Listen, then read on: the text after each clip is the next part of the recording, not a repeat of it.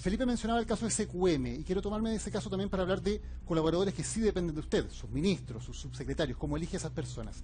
En el caso de SQM, un ministro suyo, Pablo Longueira, que hoy está formalizado, le envió una minuta de la ley de royalty que se estaba discutiendo en el gobierno a la empresa directamente involucrada, Patricio Contese de SQM. Contese se la devuelve a Longueira con la redacción de cómo debía ser el artículo para beneficiar precisamente de SQM. Ese artículo queda casi literalmente como tal en la ley que finalmente usted firma. ¿Qué le parece a usted que juicio desde el punto de vista ético y político, el juicio legal por cierto lo hacen los tribunales, hace usted de lo que hizo su ex colaborador Pablo Longueira? Mire, aquí hay que ser muy claro y distinguir. Cuando se discuten las leyes, todas las partes interesadas participan, intervienen, dan opiniones, mandan memorándum. Eso es parte del proceso legislativo y ha sido siempre así. Ahora está mejor regulado con la ley del lobby, que fue una iniciativa de nuestro gobierno, que establece que ese procedimiento de influencia tiene que ser más público y más transparente. Y por lo tanto, que las empresas participen y opinen y den ciertas sugerencias ha existido siempre. Pero perdón, ahora la pregunta es, ellos redactaron por el eso mismo, artículo que terminó convertido en ley. muy Daniel, las empresas cuando están discutiendo muchas veces mandan memorándum, mandan propuestas. Lo importante es si esa indicación quedó así porque las personas que estaban a cargo de esta ley creían que eso era lo más conveniente o se hizo por una influencia indebida de una empresa en particular. Ellos redactaron el artículo. No, sí. El hecho de redactar un artículo, además el artículo no quedó igual, es parecido pero no quedó igual, y le quiero decir que el artículo original que estaba redactado también era muy parecido, porque lo que se buscó con eso era una cosa muy simple. Cuando se estableció el royalty, se estableció, cierto, que para las empresas extranjeras ellas podían acogerse a un sistema de inamovilidad tributaria, es decir, una vez que se acogían tenían un periodo de tiempo en que no se les podían cambiar las reglas. Invariabilidad tributaria. Invariabilidad tributaria. Pero eso no quedó válido para las empresas chilenas. Y lo que mucha gente pensó, incluyendo a mi persona, es que era absurdo entregarle un privilegio o una garantía de esa naturaleza a las empresas extranjeras y negárselo a las empresas chilenas. Pero eso no estaba en la minuta original y por esa razón, precisamente beneficiado, lo puso finalmente. Y por esa razón nosotros quisimos incorporar este trato igualitario en materia de invariabilidad tributaria, que entre paréntesis la ley de royalty fue un gran negocio para Chile, porque como subió el precio del cobre, y en vez de ser una tasa fija, era una tasa variable, Chile participó en muy buena medida de la bonanza del cobre. Y un gran negocio para el SQM que gracias a ese artículo redactado por ellos mismos, hoy tiene invariabilidad tributaria hasta 2025. Pero con una tasa, no podemos subir los impuestos. Un momento, porque ellos redactaron pero Daniel, no sea sesgado en su apreciación, porque junto con tener invariabilidad se le subió significativamente la tasa. La tasa va a ser un 4% y en la tabla para tener invariabilidad tributaria era en función del excedente operativo y llegaba hasta el 14%. Entonces en el fondo le digo, mire, yo le aumento los impuestos y a cambio de eso le establezco un periodo de garantía en que va a haber invariabilidad. O sea, no se lo puedo cambiar durante ese periodo.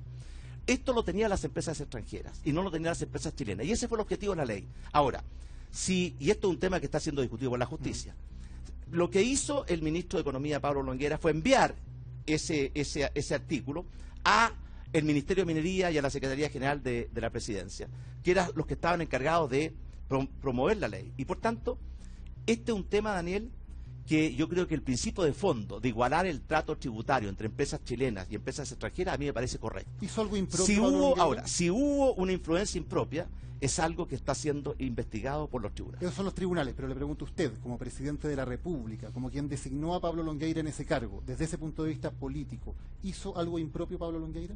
Le acabo de decir, ese es un tema que está siendo investigado por la justicia.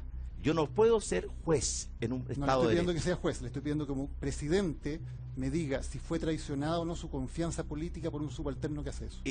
Insisto, si lo que se buscó con esto fue perfeccionar una intención de igualar el trato tributario y que todas las empresas participaron, porque no solamente Soquimich enviaba memorándum, entonces parte del proceso.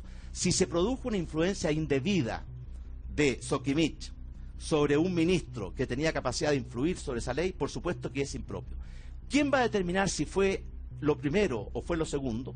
Daniel, son los tribunales de justicia. ¿Usted volvería a nombrar a Pablo Longueira como ministro? Obviamente que en un nuevo gobierno vamos a tener una renovación, va a entrar una nueva generación, pero yo creo de verdad que no está aprobada la responsabilidad de Pablo Longueira. Y en el Estado de Derecho, Daniel, y esto hay que aprenderlo muy fuertemente, no existe la presunción de inocencia. Por cierto. Y a mí me molesta mucho cuando algunas personas se sienten con el derecho de juzgar a todos los demás, como si ellos fueran el poder supremo de justicia en nuestro país, y juzgan y catalogan sin que la justicia se haya pronunciado. Mientras tanto, la justicia no se pronuncie, todos son inocentes. O sea, no hay ningún estándar, ni político ni ético, distinto a no haber sido condenado por un tribunal de justicia. ¿Ese es el único estándar Por para, por ejemplo, supuesto ser que ministro de un no, gobierno? por supuesto que no, Daniel. Me está, cierto, tergiversando. Cosa que... Quiero me está tergiversando. ¿Usted piensa que no va a haber ningún otro estándar que la ley? Por supuesto que no. Yo creo que Yo estándares pensé que, políticos yo y morales pensé muy que usted importantes. Por eso le pensaba pido eso. su opinión como Por eso presidente de la mismo, no, es República. que pregunte la opinión, pero no lo haga como una afirmación. Por supuesto que la ley es un estándar. Mire, en un Estado de Derecho, la ley es el estándar que es exigible en forma obligatoria a todos. Por encima de la ley, cada persona puede voluntariamente ponerse reglas más estrictas que la ley. Y esa es una decisión voluntaria de cada persona. Yo le pregunto como presidente, Pero ¿qué estándar le sí, pone a sus colaboradores? por eso, y un presidente puede tener reglas más estrictas, como evidentemente al designar a los ministros, yo no me preocupo solamente si tienen o no tienen problemas con la ley. Me preocupo de su capacidad, su vocación de servicio público, su compromiso, su lealtad, su experiencia. Pero hay una cosa que quiero que quede claro.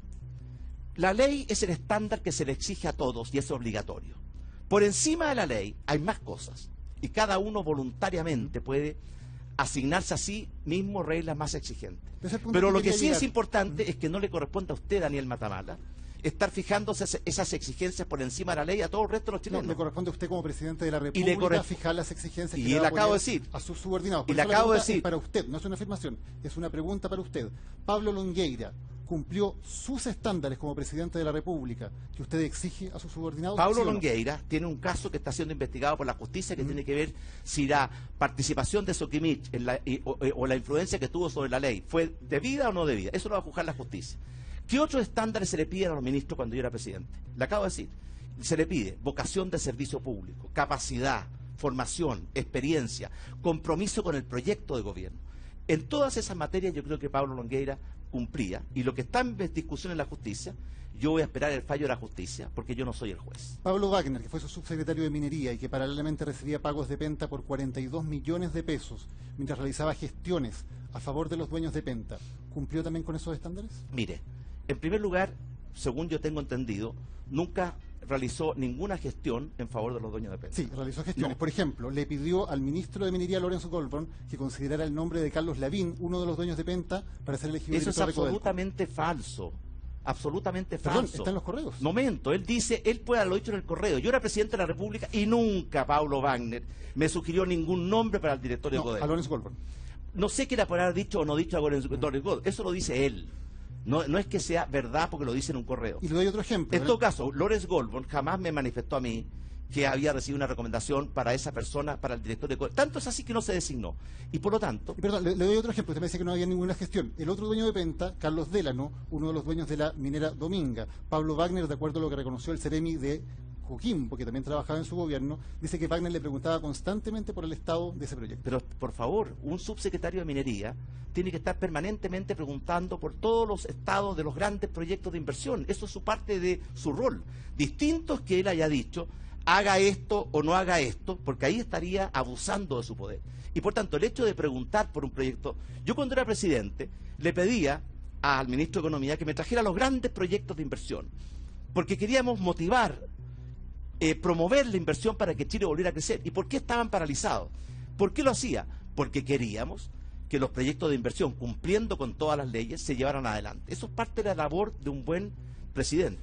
Pero no es distinto a decir que hizo gestiones en favor de un proyecto en particular. Si las hizo, estuvo mal. Y por eso también esto está siendo investigado en la justicia. Y por eso también, yo le quiero decir una cosa, yo le pedí la renuncia al subsecretario Wagner a la subsecretaría, ¿cierto?, de Minería. Por varias razones. Básicamente porque no satisfació todos los criterios que yo le acabo de plantear. Para sus estándares, más allá de las gestiones que haya hecho o no haya hecho, el solo hecho de que un subsecretario reciba 42 millones de pesos de un grupo económico mientras está ejerciendo su cargo, ¿es motivo suficiente para que se vaya? Evidentemente que eso nadie lo sabía. Ahora, lo que han alegado las partes es que eso correspondía a algo muy anterior, a una compensación laboral, porque él había trabajado con ese grupo y era una especie de indemnización. Si se hizo para influir su gestión en el Ministerio de Minería, es absoluta y totalmente condenable. El estándar legal, decía usted. Le voy a plantear un caso, me queda un minuto solamente, sobre un estándar legal. Jovino Novoa, condenado por los tribunales de justicia por casos como autor de delitos tributarios. Él hoy es el presidente de la Fundación Jaime Guzmán, encargada de formar los nuevos líderes de la UDI, el partido, uno de los partidos que lo ha proclamado usted candidato presidencial. ¿Usted tiene algún reparo con que la UDI mantenga en un cargo tan importante a una persona condenada por los tribunales de justicia? Efectivamente, en el caso del ex senador Jovino Novoa hubo un juicio abreviado en que él reconoció los hechos, pero nunca reconoció las responsabilidades. Pero fue condenado. Y a mí me parece que eso ya marca una diferencia con aquellos que solamente están siendo investigados. Porque cualquier persona puede ser investigado. Eso no significa, bajo ningún punto de vista, que haya ni siquiera una presunción de culpabilidad, ni mucho menos un fallo de culpabilidad. Ahora, ¿por qué la Fundación Jaime Guzmán designa a su director de la forma que lo hace? Eso es un tema que les corresponde a ellos, no a mí. ¿Usted como candidato presidencial de la UDI no tiene ningún reparo en que Jovino Novoa se mantenga en ese cargo? Yo respeto las decisiones que toman los centros de estudio, que son autónomos e independientes, como la Fundación Jaime Guzmán. Sebastián Piñera, muchas gracias. Gracias, Daniel.